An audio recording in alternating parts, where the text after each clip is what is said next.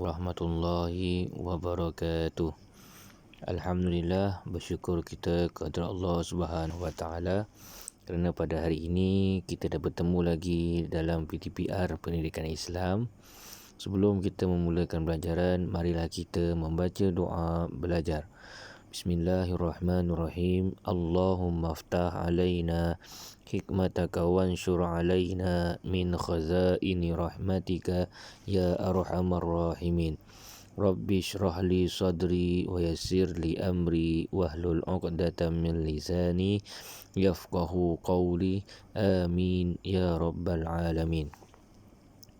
Untuk pelajaran kita pada hari ini, murid-murid boleh buka buku teks bahagian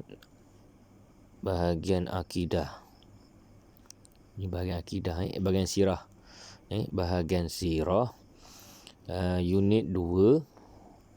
Tajuknya adalah Itqan menambah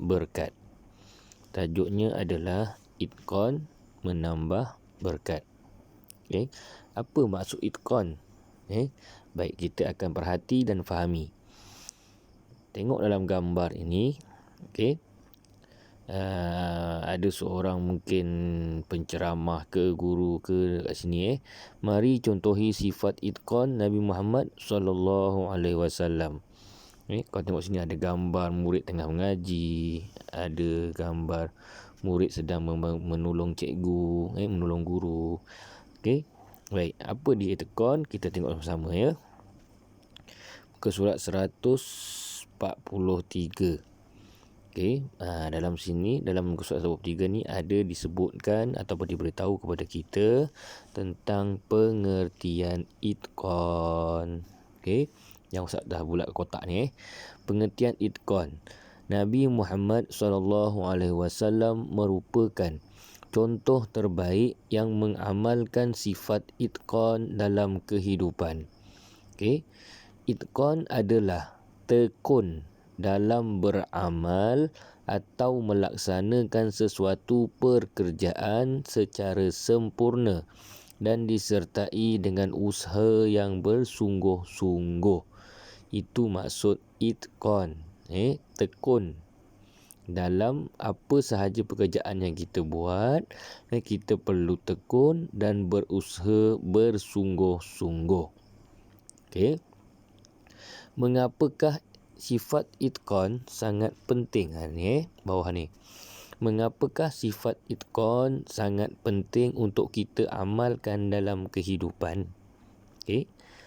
Kenapa kita perlu tekun, kita perlu bersungguh-sungguh dalam kehidupan kita? Kita tengok muka surat seterusnya, 144. Kita nak tengok contoh apa yang dikatakan Rasulullah ini bersifat dengan sifat itqan. Sini ada kita tengok kat sini contoh sifat itqan Rasulullah dalam kotak ni. Baik, itqan Nabi Muhammad SAW dalam melakukan sesuatu pekerjaan. Yang pertama, sejak kecil lagi, seperti mana yang kita tahu, Nabi Muhammad SAW sangat rajin dan bersungguh-sungguh dalam melakukan sesuatu pekerjaan. Rasulullah pernah mengembala kambing dan membantu bapa saudara baginda, iaitu Abu Talib berniaga. Kita dah tahu, murid-murid dah tahu, Rasulullah SAW pernah mengembala kambing dan juga pernah berniaga. Jadi apabila Rasulullah mengembala kambing, Rasulullah jaga kambing tu dengan bersungguh-sungguh, rajin. Dan juga bila berniaga pun sama. Nabi berniaga dengan bersungguh-sungguh. Nabi berniaga dengan tekun. Apa sahaja yang arahan yang diberikan kepada Nabi, Nabi ikut. Nabi laksanakan dengan bersungguh-sungguh. Maka itulah hasilnya. Apabila Nabi mengembala kambing, kambing jadi gemuk.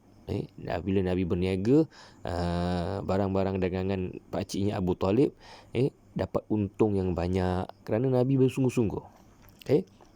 Yang kedua, sikap jujur dan akhlak mulia Nabi Muhammad SAW menyebabkan baginda dikenali sebagai Al-Amin dalam kalangan masyarakat Arab. Okay, Rasulullah seorang yang jujur dan juga akhlak Rasulullah ini sangat terpuji, sangat mulia.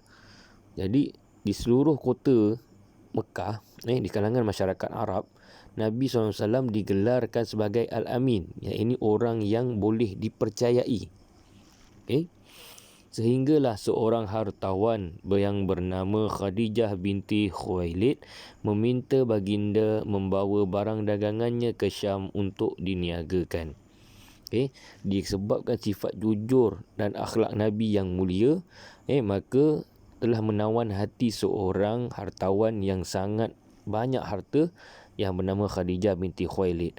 Nabi berniaga barang-barang Khadijah ini sehingga kan barang-barang Khadijah ni habis dijual untung yang sangat banyak.